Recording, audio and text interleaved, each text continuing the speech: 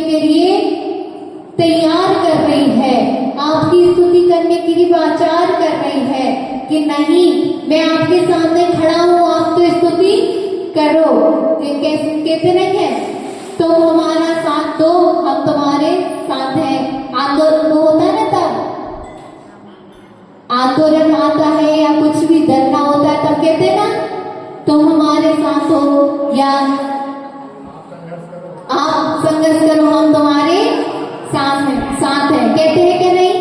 ऐसे इसमें भगवान के लिए क्या कह रहे हैं कि आप भक्ति करो, हम आपके साथ हैं।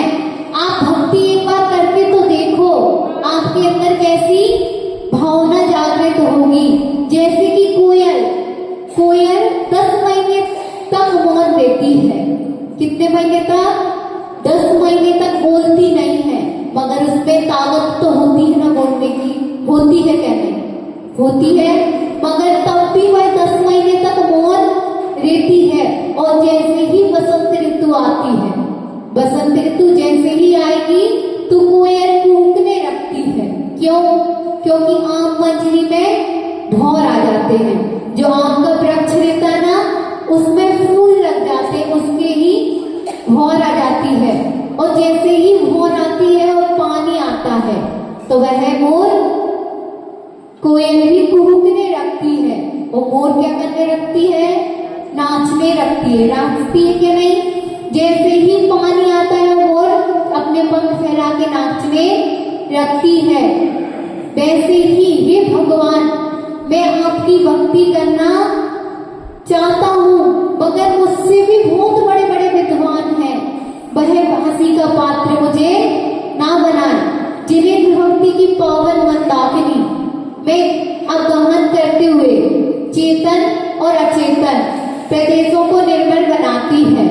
जो भगवान की भक्ति है वह चेतन और अचेतन प्रदेशों को भी क्या करती है? विमल और उज्जवल बना देती है। जैसे कि सूरज की किरणें ले लो, सूरज की किरण हर जगह पड़ती है कि नहीं पड़ती है? जहां उसको जगह मिलेगी वह उधर तक पहुंच जाती है। सघन वन में, यानी जहां प्रकाश को जाने की थोड़ी सी भी जगह नहीं है, मगर क्या प्रकाश उस जगह पर नहीं जाएगा? क्या जंगल में जहां कुछ भी नहीं दिखता है, मगर जहां सूर्य की किरण पहुंच जाती है ना, हर जगह सूर्य की किरण पहुंच जाती है। वैसे ही आपकी भक्ति हमारे हर अंग को प्रकाशित यानी उज्जवलित कर रही है कि हमारा हर आपका शरीर आपकी भक्ति करने के लिए तैयार हो रहा है। आप केवल ज्ञानी हो। कैसे हैं आप? तीनों लोक को जानने वाले हो। और क्या कहते हैं भगवान? औदारिक भाव की अपेक्षा जीव कैसा है? औदारिक भाव की अपेक्षा जीव अज्ञानी है। और चौथे गुण स्थान की अपेक्षा सम्यक ज्ञान हो जाता है। चौथे गुण स्थान की अपेक्षा से जीव को क्या हो जाएगा? सम्यक ज्ञान हो जाएगा। और क्षयोपशमिक भाव की अपेक्षा से चौथे गुण स्थान प्रति जीव सम्यक ज्ञानी ही है। चौथा गुण स्थानी जो व्यक्ति जीव है वह कैसा है? सम्यक ज्ञानी है। मगर क्या प्रत्येक जीव ज्ञानी नहीं है? क्या ज्ञानी हो क्या नहीं? आप हो ना? आपको जानने समझने की शक्ति है ना? है। तो क्या आप जान रहे हो कि हमको भक्ति कैसे करनी है? अपेक्षा से ज्ञान की गुण की अपेक्षा से क्या सभी जीव क्या है? ज्ञानी है क्या नहीं है? है। क्योंकि ज्ञान तो प्रत्येक जीव में होता है, अच्छे और बुरे का होता है कि नहीं? मगर आचार परवेष्टि क्या कह रहे हैं? माने तुम भगवान कि मैं अल्प की ज्ञानी हूँ, मुझमें ज्यादा ज्ञान नहीं है। इससे ज्ञात होता है इतने महान आचार परवेष्टि जिनने 3 दिन में अपने पूरे 48 ताले टूट गए थे क्या नहीं? टूट गए थे और वह कारागृह से बाहर आ गए थे। मगर तब भी वो क्या कह रहे हैं? क्योंकि जो बड़े होते हैं ना, जो ज्ञानवान होते हैं, तो वह अपना ज्ञान बताते बताते हैं क्या ज्ञान अपना कभी? नहीं बताते हैं। वह तो हमेशा जितना बड़ा ज्ञानी आचार परविष्टि जितने बड़े होंगे उतने उनमें लघुता विनम्रता धीरे धीरे आती जाती है। आती है क्या नहीं? आती है। जितने आप वृद्ध होते जाओगे उतने धीरे धीरे आपके भाव निर्मल होते जाते हैं क्या नहीं? होते हैं। वैसे ही जेल में एक रात ही तो रहे आचार्य मानिकम स्वामी, जेल में एक ही रात तो रहे थे और उनके 48 साले टूट गए थे, उनका उपसर्ग दूर हो गया था। मगर उतने बड़े आचार्य परमेष्टि तब भी क्या कह रहे हैं कि मुझ में कुछ भी ज्ञान नहीं है, मैं कैसा हूँ? मूर्ख हूँ। मगर तब भी आपकी भक्ति, जो भक्तिमान पुरुष है और ज्ञानवान है, वह पुरुष एक रात्रि में इतने महान स्त्रोत की रचना कर दी और क्या 48 तारे तोड़ दिए। मगर तब भी क्या कह रहे हैं? मैं ज्ञानी नहीं हूँ। कैसा नहीं हूँ? ज्ञानी नहीं हूँ, अल्प ज्ञानी हूँ। सत्य है, क्योंकि महापुरुष अपने ज्ञान को गुप्त रखते हैं। कैसा रखते हैं? गुप्त रखते हैं। अगर कोई भी बड़ा इंसान आ जाते हैं और ऐसे विशेष रूप से ना बैठे तो क्या आप उसको बड़ा जान सकते हो? नहीं। एक हमारे संग में पन्ना के एक चाचा हैं और वो ऐसे इतने साधारण रूप में रहते हैं कि कोई भी उनको देख नहीं सकता कि वो पन्ना का क्या है, मणि हीरे के व्यापारी हैं। काय के सबसे पीछे आके बैठ जाएंगे। और कभी भी कोई भी आचार्य परमेष्टि अगर उनसे कुछ भी बात कहें तो उनकी आंखें कभी ऊंची नहीं होती हैं, नीची निगाह में वो क्या कहते हैं? जी गुरु जी। क्या बोलते हैं? जी गुरु जी। कुछ भी काम की बोल दो तो क्या उनके मुंह से आवाज आती है? जी गुरु जी, आपकी आज्ञा। तो यह विनय होती है। कितने भी कोई भी कितना ही बड़ा हो जाए मगर विनय नहीं छोड़नी चाहिए। जैसे कोई किसान निधि को प्राप्त कर लेता है ना, जैसे कोई भी किसान को खेती करते हुए कोई निधि मिल जाए या मणि मिल जाए तो वह अपने घर पर धीरे से ले जाता है और क्या, जब उसको समय समय पर थोड़ा थोड़ा करके उसको खर्च करता है। वैसे ही ज्ञानी पुरुष जीवन भर तो ज्ञान प्राप्त करते हैं और अपने किस कोटे में रखते हैं? आत्मा रूपी कोटे में जमा करते जाते हैं। किसको? ज्ञान को। ज्ञान को हमेशा जमा करते जाते हैं और जब उसका उपयोग करने का समय आता है तो उसका धीरे धीरे से उपयोग करते हैं। क्या ज्ञान बांटना चाहिए? ज्ञान को आप सबको ही कहते हैं ज्ञान को बांटने से और बढ़ता है ज्ञान। तो हमेशा क्या करना चाहिए? ज्ञान को बांटते रहना चाहिए, कभी छुपा के नहीं रखना चाहिए। रखना चाहिए क्या? आचार्य गोविंद स्वामी ने कहा कि ज्ञान निधि है, उसको पहले स्वयं उपयोग करो। आप जब आपके अंदर ज्ञान होगा तो पहले तो आप उपयोग कर पाओगे, तब दूसरे को बांट पाओगे ना। जब आपके अंदर ज्ञान ही नहीं है तो क्या आप किसी को बांट पाओगे? नहीं बांट पाओगे। वैसे ही कर्णानुसारी कार्यक्रम, कारण के अनुसार कार्य होता है, कारण के अनुसार कार्य होता है।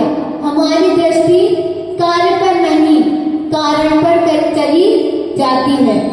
कारण, यदि आप पानी है, पानी नहीं हो तो क्या आप तैरना सीख जाओगे? नहीं सीख सकते हो। और अगर आप पानी भी है और आप तैरना नहीं सीखोगे तो क्या पानी अपने आप तैरना सिखा देगा आपको? नहीं सिखा सकता है। कारण क्या है? पानी। और निमित्त मनुष्य जब तक सीखेगा नहीं तब तक क्या आप सीख सकते हो तैरना? जब तक आपके अंदर से भाव नहीं होंगे कि मुझे आज तैरना सीखना है तो क्या सीख जाओगे?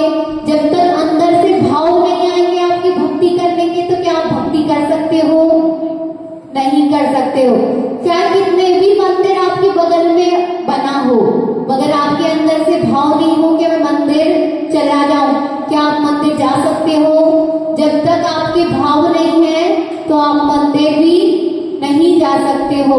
कारण कितने प्रकार के होते हैं?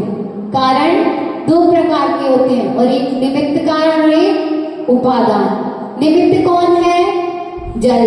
और उपादान कौन है? मनुष्य। मनुष्य जब तक तैरना नहीं सीखेगा तो क्या पानी सिखा देगा उसको तैरना? नहीं सिखा पाएगा। उसी प्रकार जब तक मनुष्य आप लोग नहीं सोचोगे कि मैं भक्ति करूं, भगवान के पास जाऊं, क्या आप जा सकते हो? नहीं जा सकते हो। साधु तो विराजमान है मंदिर में, साधु विराजमान है मंदिर में, मगर जब तक आप उनके पास नहीं आओगे क्या वो आपको ज्ञान दे पाएंगे? नहीं दे पाएंगे। उसी प्रकार से जब तक आप मंदिर नहीं आओगे तो आप भक्ति भी नहीं कर पाओगे। साधन तो आपने बहुत जुटा लिए, साधन तो आपने बहुत जुटा लिए हैं। आपके पास हर घर में हर चीज की व्यवस्था है, एक नहीं 2-2 3-3 गाड़ी भी है, घर भी 2-2 3-3 है, मगर क्या भक्ति को भी आप जुटा पाए हो? नहीं जुटा पाते हो। नियम से भक्ति करने से साधना होगी। आप नियम से भक्ति करोगे तो वही एक ना एक दिन आपको फलीभूत हो जाएगी, लेकिन आप मंदिर नहीं आ पाओगे यदि आप में भक्ति भावना नहीं है। तो भक्ति आपको लानी पड़ेगी क्या नहीं? अंदर से भाव आपको जागृत करने पड़ेंगे। तो मन में आपको भाव होटल में जाने होते हैं। आपको कभी होटल जाना है तो पहले मन में भाव आते हैं ना कि आज मुझे होटल जाना है, आते हैं क्या नहीं? तभी आप होटल तक पहुंच पाते हो, पहुंचते हो क्या नहीं? वैसे ही आपके अंदर से अगर भाव आएंगे कि मुझे आज गुरुओं के दर्शन करने जाना है, गुरुओं को आशीर्वाद देने जाना है, तो आप उस दिन पूरी सुबह से उठ जाओगे और तैयारी में जुट जाओगे कि मुझे आज सोलह भी डालना है, फिर मुझे जल्दी से पूजा भी करनी है और घर का कार्य भी करना है, उसके बाद मुझे माता जी या महाराज जी को आहार देने भी जाना है। अगर मन में भाव नहीं होंगे तो क्या आप जा पाओगे? क्योंकि फिर तो बहाना मिल जाएगा कि मुझे तो बहुत सारे काम करने हैं घर के, मैं नहीं जा सकता हूँ, क्योंकि मन में भाव है ही नहीं है कि मुझे आपको आहार भी देना है गुरुओं को। तो उसी प्रकार साधन तब तक नहीं मिलेगा। साधन कौन है? गुरु। और निमित्त कौन है? आप। जब तक साधन तो आपके सामने खड़े हैं क्या नहीं? मगर आप जब तक उनके पास आने की कोशिश नहीं करोगे तो आप क्या आ पाओगे?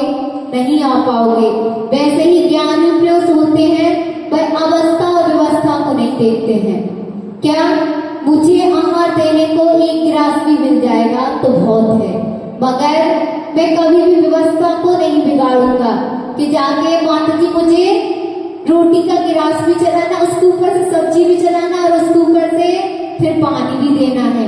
नहीं, मैंने पानी भी दे दिया तो माता जी को आहार तो दे दिए ना, दिए क्या नहीं? दिए ना। पानी भी अंदर ही जाएगा और गिलास भी अंदर ही जाएगा कि नहीं? मगर पानी दिया तो भी आपने आहार दिया है और गिलास दिया है तो भी आहार दिया है, मगर ये नहीं कहना कि मुझे तीनों चीज देनी है तो ही मेरा आहार देना सफल होगा।